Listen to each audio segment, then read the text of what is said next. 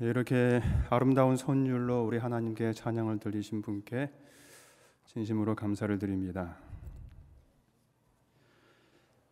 2019년이라고 하는 숫자가 아직은 좀 이렇게 낯설고 또 이렇게 익숙하지 않은 것 같습니다. 그래서 새해인지 모르겠습니다. 제가 그 새해에 어떤 글을 보니까 꽤 공감이 되고 또 마음속에도 이렇게 감동이 있어서 잠깐 좀 말씀을 드리겠습니다. 아마 읽어보신 분도 계실 것입니다. 황새는 날아서, 말은 뛰어서, 거북이는 걸어서, 달팽이는 기어서, 굼벵이는 굴렀는데 한날 한시 새해 첫날에 도착했다. 이런 그 글귀더라고요.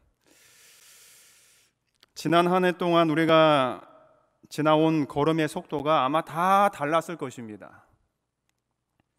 그런데 주님은 여전히 새해의 첫날을 우리 모두에게 정말 공평하게 은혜로 주셨습니다. 나이 많은 어른으로부터 어린아이에 이르기까지 모두에게 다 공정하게, 공평하게, 은혜롭게 온전한 새해를 주셨습니다. 그래서 어린아이들이라고 얕보면 안 될 것 같습니다. 저마다 다 생각이 있고 아이들에게도 다 계획이 있는 것 같아요. 제가 이제 지난해 어느 금요일에 어린이 부장님으로부터 금요일에 어린이반에서 설교를 해달라고 요청을 받았습니다. 지금 여기 아이들이 안 보이시죠? 다 그 밑에서 따로 이렇게 예배를 드립니다. 그래서 제가 그러면 재밌는 이야기를 해야 되나요? 그랬더니 그분이 아니요, 설교를 해달라고 하는 거예요. 그래서 순간적으로 걱정이 됐습니다. 설교를 아이들에게? 어쩔 수 없이 이제 어린이 부장님께서 부탁을 하셔서 설교문으로 제가 준비를 했어요. 설교가 끝나고 이제 뒤에서 아이들이랑 이렇게 인사를 했습니다.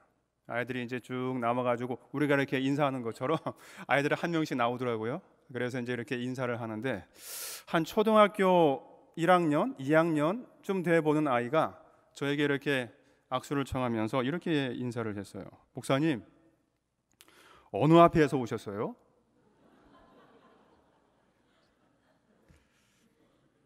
초등학생이, 그것도 저학년이었어요. 뭐 1학년, 2학년 될까 말까? 그래서 제가 속으로 생각을 했습니다. 이 말은 합회장이나 연합회장이 그것도 어떤 특별한 목적으로 이렇게 이야기하는 그런 말인데, 우리 삼육대학교의 어린이들이 이런 아이들입니다. 보통 아이들이 아니에요. 주님께서 우리 모두에게, 어린아이로부터 어른에 이르기까지 우리 모두에게 정말 똑같이 시간을 은혜로 주셨습니다. 그래서 한번 생각을 해봤습니다. 새해를 맞이하는 사람들의 특징이 무엇이 있을까? 여러 종류의 사람들이 있는데 준비를 잘해서 행복하게 2019년으로 건너온 사람이 있고, 어떤 사람은 너무 경황도 없이 허겁지겁 건너온 사람도 있고, 해결하지 못한 짐을 안고 건너온 사람도 있고, 마음에 박힌 가시를 미처 뽑지도 못하고 건너온 사람들도 있고, 여러 종류의 사람들이 2019년을 어찌되었든 다 건너왔습니다. 오늘 저는 성경에서 한 사람, 이 사람도 이제 우리가 너무나 잘 아는 아버지를 속이고 또 형 에서를 속이고 불안한 마음을 안고 낯선 곳으로 건너온 사람이 있습니다. 그래서 오늘 그 사람에 대해서 우리가 좀 말씀을 상고해 보도록 하겠습니다. 우리 다 함께 창세기 29장에 있는 말씀을 보겠습니다. 창세기 29장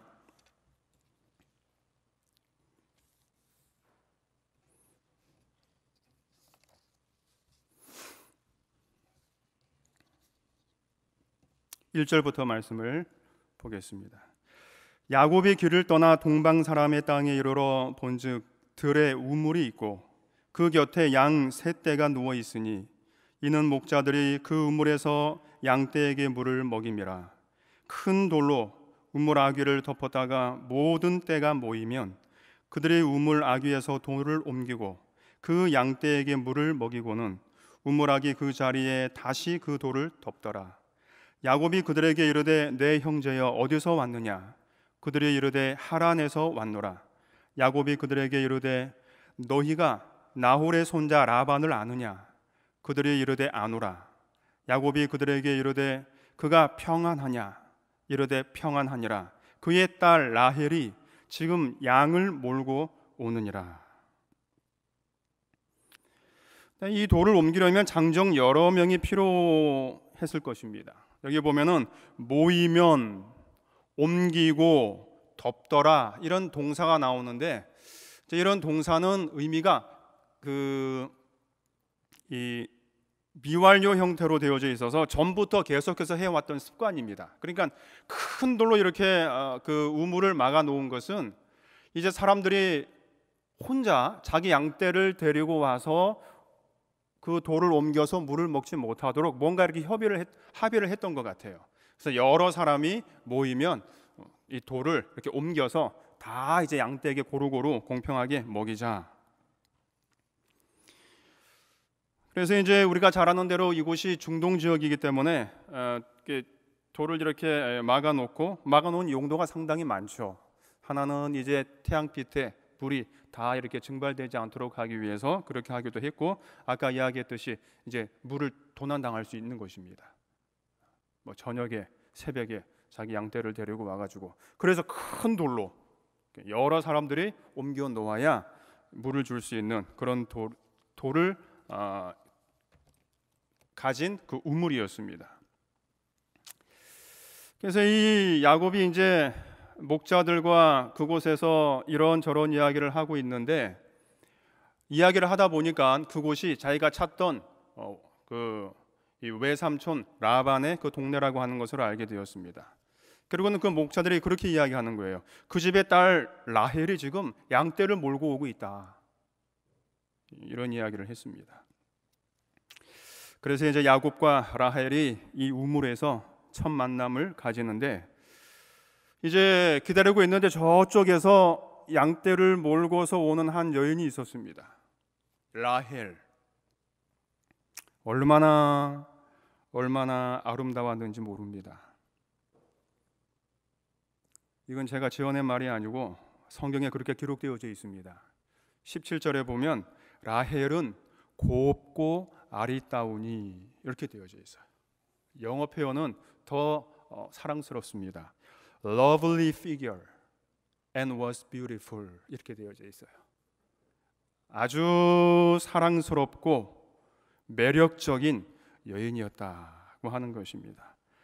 쉬운 말 성경은 아예 이것을 이렇게 풀었습니다. 라헬은 몸매가 곱고 얼굴도 예뻤다. 이렇게 돼 있어요. 그러니까 성경에서 예뻤다 그러면 이거는 보통 예쁜 게 아닙니다. 정말 예쁜 것입니다. 정말 매력적이고 정말 아름다운 거예요.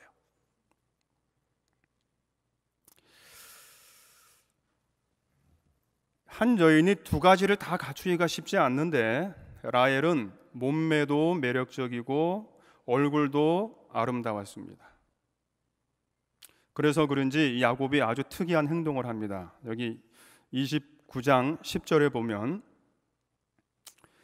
여기에 이렇게 되어져 있습니다. 야곱이 그의 외삼촌 라반의 딸 라헬과 그의 외삼촌의 양을 보고 나아가 우물 아귀에서 돌을 옮기고 외삼촌 라반의 양떼에게 물을 먹이고 이렇게 되어져 있어요. 이 야곱이 갑자기 힘이 솟았던 것 같아요. 그래서 주석을 보니까 대개 이거를 두 가지로 해석을 합니다. 첫째는 야곱이 본래부터 힘이 셌을 것이다. 둘째는 야곱이 이 라헬의 출중한 미모에 반해서 자기도 모르게 힘이 솟구쳐 올라서 그 큰 돌을 옮겼을 것이다. 이렇게 이야기를 합니다. 그런데 이 정황을 살펴보면 두 번째일 것 같아요. 야곱이 그 여인을 보고 그 큰 돌을 옮긴 거예요. 여러분, 라헬은 그러한 모습을 본 그러한 행동을 본 야곱을 어떻게 봤을까요? 이 라헬은 아마 감동을 받았을지 몰라요. 그래서 11절에 보면 10절에서 야곱이 큰 돌을 옮겼는데 그래서 그 우물에 물을 다 양떼에게 이렇게 퍼다가 주었는데 11절에 이런 이야기가 나옵니다. 야곱이 라헬에게 입맞추고 이렇게 돼 있어요. 상당히 이제 이게 전개가 빨리 되는 것입니다. 그리고는 그 집을 찾아갔습니다. 찾아가서 한 달을 지내는 동안에 이 라헬과 교제의 시간을 가졌어요. 너무 좋은 것입니다. 그런데 그 당시에는 결혼 지참금을 가지고 이제 신랑이 가야 됐기 때문에 야곱이 돈이 그렇게 없어요. 그래서 라반에게 이렇게 제안합니다. 제가 시간을 담보로 당신의 딸 라헬과 결혼하기를 요청합니다. 그리고는 7년의 시간을 이야기해요. 그럼 시간이 돈이지 않습니까? 우리도 최저시급 때문에 지금 이렇게 힘들어하는데 시간이 돈이에요. 그래서 이제 그렇게 계약을 하고 이제 허락을 받습니다. 얼마나 시간이 아름다웠는지 달콤했는지 여기 20절에 보면은 7년을 야곱이 7년을 그렇게 일하면서 사귀었는데 그 7년을 며칠같이 여겼다 이렇게 되어져 있어요. 우리 결혼하신 우리 교우님들 다 동의하십니까? 이런 경험? 7년을 수일같이 여겼더라 이렇게 되어 있어요. 얼마나 아름다운 교제의 시간이었는지 모릅니다. 보통 나이 드신 어른들이 이런 이야기를 하는 것을 듣습니다. 하루는 지루할 만큼 긴데 1년은 금방 가더라.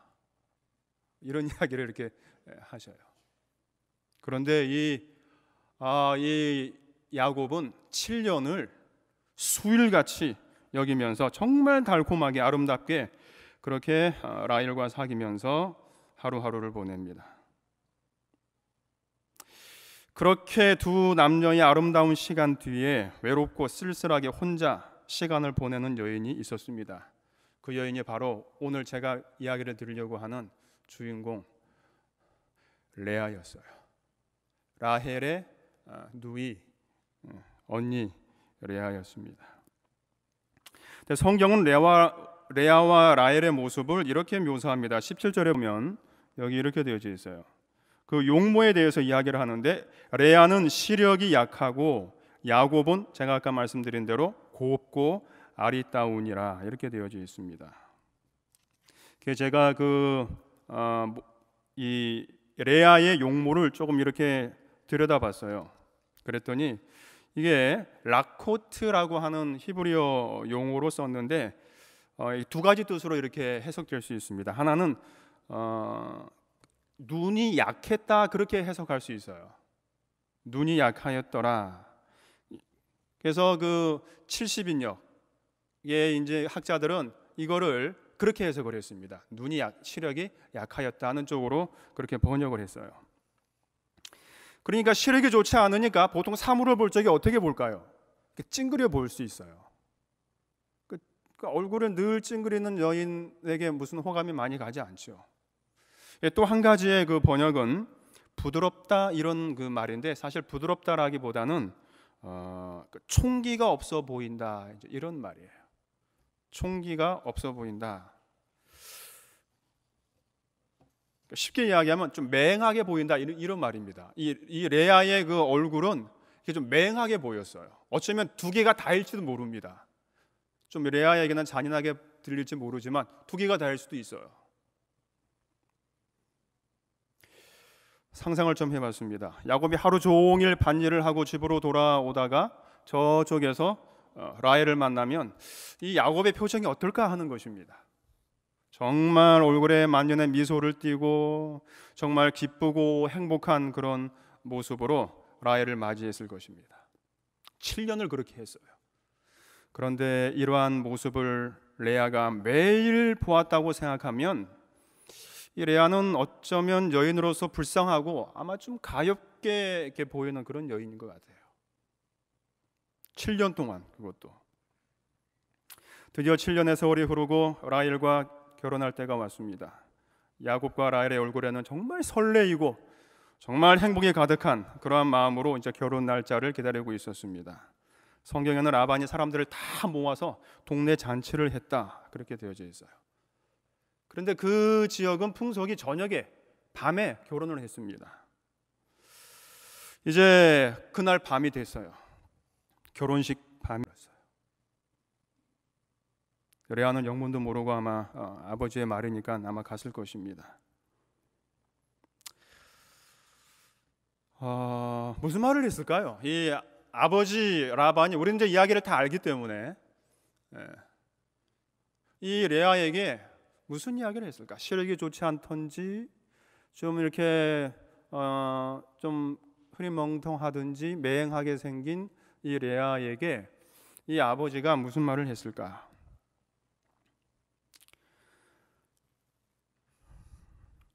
어떤 분이 그런 이야기를 합니다. 아마 이 대화가 이렇게 됐을 것이다. 레아야, 오늘 내 동생 라헬이 결혼하는 날이다. 그런데 너도 알고 나도 알다시피 네가 정상적으로는 좋은 신랑을 만날 수 있겠냐? 그러니 오늘 저녁에 야곱을 속여서 결혼을 하자. 속여서 결혼하는 걸 뭐라 그럽니까? 그 뭐라 그러죠? 속여서 결혼하는 거를? 사기 결혼하자. 부자 선지자에도 보면 189쪽에 라반은 무자비한 기만을 행하였다 이렇게 돼 있어요. 그날 저녁에 야곱에게 무자비한 기만이 뭡니까?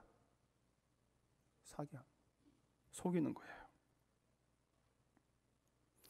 그러면 레아의 입장에서, 여인의 입장에서, 여인으로서 이런 이야기를 들었을 때에 이 레아가 가질 수 있는 감정이 무엇일까요?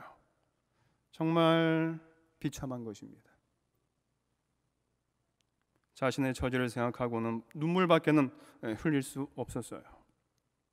라반의 입장에서는 야곱을 더 잡아두고 싶은 욕심으로 그렇게 했지만 레아의 입장에서는 참 서글픈 일입니다.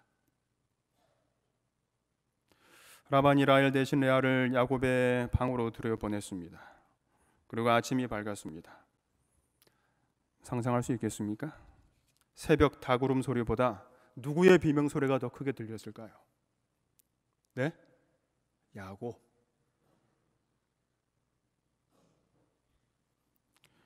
당신이 어떻게 나에게 이렇게 할 수 있습니까? 한마디라도 말을 했으면 내가 알았을 텐데 어떻게 이렇게 할 수 있습니까? 여러분이 만약에 레아의 입장이라면 어떨까요? 그때 심정이, 여인으로서, 여자로서 아무 말도 못하고 그냥 눈물만 뚝뚝 아마 흘렸을 것입니다. 근데 이 야곱은 이 모든 일이 외삼촌 라반의 계획임을 알았어요. 25절에 보면 그렇게 되어져 있습니다. 여기 29장 25절에 보면 곧바로 라반한테로 달려갑니다. 25절에 보면 야곱이 아침에 보니 레아라 그랬어요. 라반에게 이르되 외삼촌이 어찌하여 내게 이같이 행하셨나이까? 내가 라헬을 위하여 외삼촌을 섬기지 아니하였나이까? 외삼촌이 나를 속이심은 어찌 미니이까? 이게 지금 성경이니까 이런 표현을 썼죠. 정말 점잖은 표현을 썼습니다. 내가 한 여인을, 사랑하는 여인을 위해서 7년을 그렇게 일을 했는데 어떻게 나에게 이렇게 할 수가 있습니까? 그럼 그런 그 이야기를 뒷발치에서 이 레아가 듣고 있었다면 이 레아가 참 이 수모와 수치와 창피함과 뭐 이런 것들이 그날 아침 레아의 마음이었을 것입니다. 이런 일을 당한 후에 야곱은 레아를 매우 매몰차게 대했을 것입니다. 다시 7년을 더 봉사하는 조건으로 일주일 만에 라헬과 결혼을 합니다.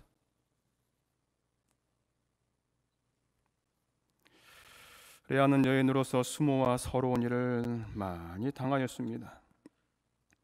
아버지는 자신의 욕심을 채우기 위해서 레아를 이용했고, 야곱은 이러한 라반의 처사에 분개하고 그 분노를 다 레아에게 쏟아붓고, 정말 이 레아라고 하는 이 여인은 참 슬픈 여인이었어요. 괴로운 여인이었습니다. 그런데 이 여인을 유심히 바라보는 한 분이 계셨습니다. 그것이 바로 여기 29장 31절입니다. 여호와께서 이렇게 되어 있어요. 여호와께서 레아가 사랑받지 못함을 보시고, 주님께서 보셨습니다. 레아가 사랑받지 못함을 보셨어요. 누구도 따뜻하게 보아주지 못하는 그 상황에서 여호와께서 보셨습니다. 그리고는 그녀의 태를 여셨으나 라헬은 자녀가 없었더라. 이렇게 되어져 있어요. 이제 레아가 임신을 했습니다. 그리고 아이를 낳았어요. 여기 보면 이렇게 되어져 있습니다. 레아가 임신하여 아들을 낳고 그 이름을 르우벤이라 하여 이르되, 이렇게 되어져 있어요. 이게 지금 어떤 상황이냐면 이런 상황입니다. 이제 천신만고 끝에 자녀를 가지게 되었고 아이를 출산을 했는데 남자아이였어요. 그래서 그만 이 레아가 자기도 모르게 봐라 이런 말을 했어요. 봐라 아들이구나 이렇게 이야기했어요. 그리고는 그만 그것이 너무나 감격스러워서 그걸 그냥 이름으로 지어버렸습니다. 봐라 아들이다 이 말이에요. 이 르우벤이라고 하는 게 르우벤 아들이다, 보아라 아들이다 그런 뜻이에요. 그러니까 이 레아가 그 가졌던 그 감동이 여기 이 아들의 이름 속에 고스란히 이렇게 배어져 있습니다. 보라 아들이다. 그러니까는 이렇게 길을 가다가도 그 르우벤이 있으면 어떻게 부른 거예요? 봐라 아들이다 이게 이름이에요. 봐라 아들이다. 이거 이 레아의 그 마음을 알 수 있습니다. 기쁨의 절규 아닙니까? 이것이 보라 아들이다. 그리고는 이 레아는 굉장히 신앙적이었던 것 같습니다. 그리고는 그 모든 것이 여호와께로 말미암아서 그렇게 된 것인 줄 알았습니다. 여기 보면 이렇게 되어 있어요. 그 이름을 르우벤이라 하여 이르되 여호와께서 나의 괴로움을 돌보셨다. 이렇게 되어 있어요. 그러니까 레아는 뭐 이렇게 내세울 건 없었습니다. 외모를 봐도 그렇고 사람들로부터의 어떤 평판도 그렇고 뭐 이렇게 내세울 것이 없었지만 그가 하나 가지고 있었던 것은 모든 일들이 다 여호와께서 하시는 것이라고 하는 생각을 가지고 살아갔던 여인이에요. 여호와께서 나의 아픔을 보셨다. 그거예요. 그러니까는 이 레아는 자기의 아들 르우벤을 볼 때마다 누가 먼저 기억이 났을까요? 여호와입니다. 여호와. 하나님께서 나의 괴로움을 보셨습니다. 그것이 이제 그러니까는 이름은 참 좋은 것 같아요. 이름을 잘 지어야 되는 것 같습니다. 평생 이 레아가 그 자기 장자를 얼마나 이름을 많이 불렀을까요? 그때마다 떠오르는 것은 여호와입니다. 여호와 하나님께서 나의 괴로움을 돌보셨다.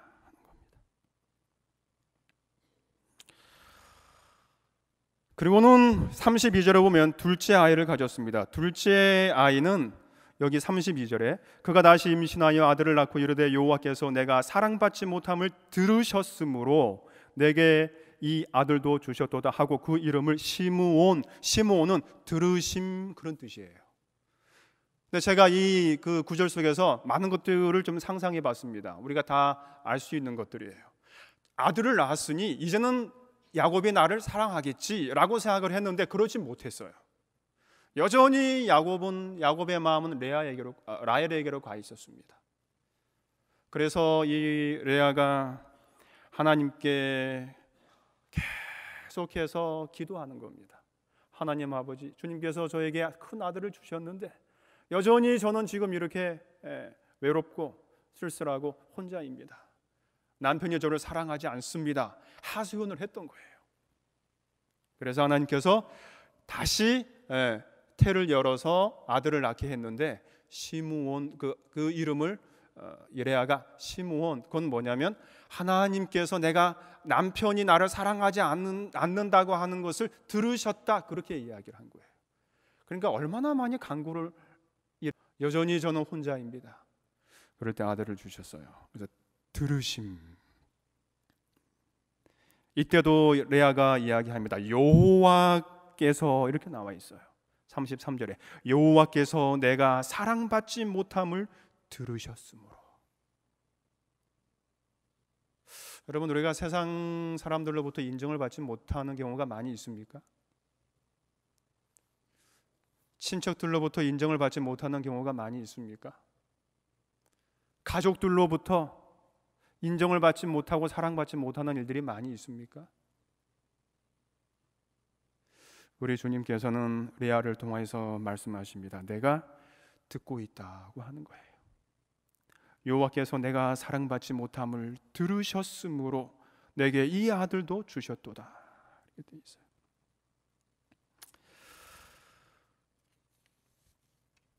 하나님께서 다시 레아의 태를 여셔서 또 다시 아들을 낳게 하셨는데 그 이름이 레위였습니다. 레위의 뜻은 연합이에요.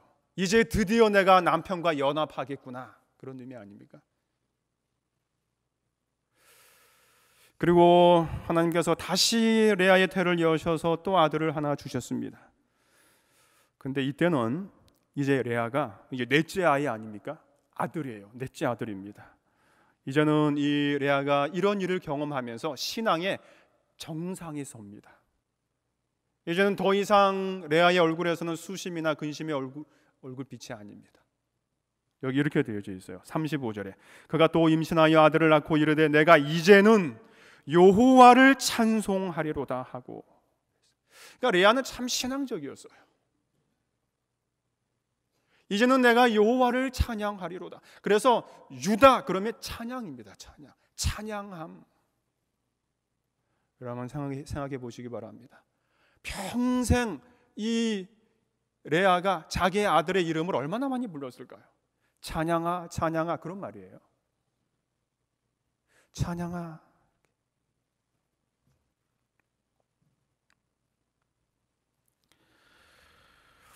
이렇게 레아가 줄기차게 내 아들을 낳을 때까지 라헬은 여기 성경에 보면 아들을 하나도 낳지 못하였습니다. 여러분 한번 생각해 보시기 바랍니다. 이 레아가 장성한 내 아들을 대동하고 거리를 활보하는 그 모습, 시장에 가면 그 장성하게 큰 그 4명의 아들이 그 레아의 뒤에서 이렇게 딱 버티고 걸어가는 모습. 레아는 슬픔의 여인이었지만 하나님께서 자신의 처지를 아시고 또 자신이 그렇게 간구하고 기도하여서 응답을 받은 그런 신앙의 여인이었습니다. 아무도 알아주지 않고 잊혀진 자들, 그래서 외롭고 힘든 시간을 보내는 자들의 형편을 우리 주님께서는 아십니다. 2019년도 우리가 때로는 이 길을 걸어갈 적에 레아와 같은 경험을 하면서 살아갈 수도 있을 것입니다. 나는 뭔가 하려고 하지만 알아주지 않고 인정해주지 않고 따뜻한 눈길 한 번 주지 않고, 그때의 레아를 기억하게 되시기를 바랍니다. 여기 어떤 글에 이렇게 되어져 있어요. 삶은 항상 기쁘지만은 않다. 그렇지 않은가? 삶이 항상 즐거울 수도 없다. 하지만 즐거워한 지가 오래되었다면 문제다. 우리들의 삶이 만약 그렇다면 레아를 생각하게 되시기를 간절히 바랍니다. 삶이 항상 행복하지 않다. 그렇지 않은가? 삶이 항상 행복할 수도 없다. 하지만 행복한 지가 오래되었다면 문제다. 우리들의 삶이 만일 그렇다면 레아를 생각하게 되시기를 바랍니다. 신앙의 기쁨도 마찬가지입니다. 신앙의 기쁨이 우리의 삶에 항상 있으면 좋겠는데, 항상 기쁠 수만 있으면 얼마나 좋겠습니까? 그런데 그러지 못할 때가 많이 있습니다. 그런데 신앙으로 인한 기쁨이 오래되었다면 그것이 더 문제입니다. 우리들의 삶이 만약 그러하다면, 그러한 상황에 빠져 있다면 레아를 기억하게 되시기를 바랍니다. 레아는 정말 하나님을 어둠 가운데서 경험했던 여인입니다. 레아가 받은 복은 자신의 당대에서만 끝나지 않았습니다. 시대를 통하여 엄청난 복을 받은 여인이 되었습니다. 레아가 낳은 아들들 가운데서 레위의 혈통을 타고 모세가 태어납니다. 아론이 태어납니다. 대제사장 아론이 태어납니다. 레아가 아니었으면 어떻게 이스라엘 백성들이 애굽에서 출애굽을 할 수 있었겠습니까? 지금도 유대인들에게 인류 역사에서, 이스라엘 역사에서 가장 위대한 지도자가 누구냐라고 물어보면 그들은 조금도 주저함 없이 모세 이렇게 이야기합니다. 가장 위대한 지도자 모세이다 이렇게 이야기해요. 레아가 낳은 아들 가운데서 유다의 혈통을 타고 이스라엘의 위대한 다윗이 태어났습니다. 유대의 역사의 가장 위대한 왕이 다윗이었습니다. 그것보다 더 큰 복이 레아에게 기다리고 있었습니다. 마태복음 1장을 보면 거기에 제가 좀 이렇게 요약을 했습니다. 마태복음 1장에 2절부터 보면 야곱은 유다와 그의 형제를 낳고, 이건 사실 레아라고 이렇게 읽어도 돼요. 레아는 유다와 그의 형제를 낳고, 유다는 다말에게서 베레스와 세라를 낳고, 보아스는 룻에게서 오벳을 낳고, 오벳은 이새를 낳고, 이새는 다윗 왕을 낳으니라. 15절에 엘리웃은 엘리야사를 낳고, 엘리야살은 mat단을 낳고, mat단은 야곱을 낳고, 야곱은 마리아의 남편 요셉을 낳았으니 마리아에게서 그리스도라 칭하는 예수가 나니라. 여러분, 이스라엘 백성들의 모든 여인들의 꿈은 뭐였냐면 내 혈통에서 온 인류를 구원할 메시아가 출생하는 것이었어요. 이게 여인들의 꿈이었습니다. 그래 아침마다, 점심마다, 저녁마다 기도할 때 기도의 제목이 이거였어요. 내 몸에서 날 자가 미국의 이스라엘을 구원할 메시아가 되기를 그들이 기도했습니다. 그런데 그 주인공이 레아가 되었어요. 레아가 그리스도라 칭하는 예수가 거기에서부터 나니라 그랬습니다. 그럼 장차 우리가 하늘에 갔을 때 한번 좀 생각을 해봅니다. 레아의 무릎 아래 모일 자녀들이 얼마나 될까? 아마 레아는 모르겠죠. 아마 예수님이 인도해 줄 것 같습니다. 모세도, 그 위대한 아론도, 다윗도, 수많은 믿음의 장부들을 이 레아 무릎 아래로 다 이렇게 인도하고서는 그 한 사람 한 사람의 역대기를 예수님께서 레아에게 이야기해 주실 것 같아요. 여러분, 이 레아가 얼마나 그때 그 상황이 감동적이었겠습니까? 감동적이겠습니까? 모세 어떤 일을 했는지, 아론, 다윗, 그리고 그리스도, 내가 이 땅에 있을 적에 너의 혈통에서 내가 나왔다. 이것이 레아가 받은 가장 큰 축복이 아닌가, 이런 생각을 해봅니다. 여기 이런 글이 있습니다. 그리스도인에게 있어서 기적은 있기 때문에 믿는 것이 아니라 믿기 때문에 일어나는 일이라는 것을 기억하자, 이런 글이 있어요.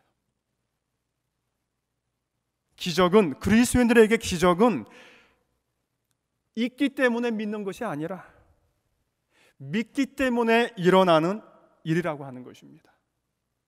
그러면 오늘 우리가 2019년, 오늘 이 새해 벽두에 이 시작에 이제 앞으로 우리가 살아갈 그 많은 시간 속에서 우리가 정말 레아처럼 하나님께 간구하고 기도하고 무릎을 꿇고 하나님께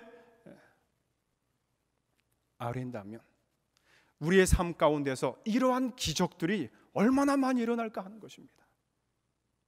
믿기 때문에 일어나는 기적들. 올 한 해에 레아에게 함께 하셨던 하나님의 돌보심과 그 들으심이 이 시간, 이 저녁에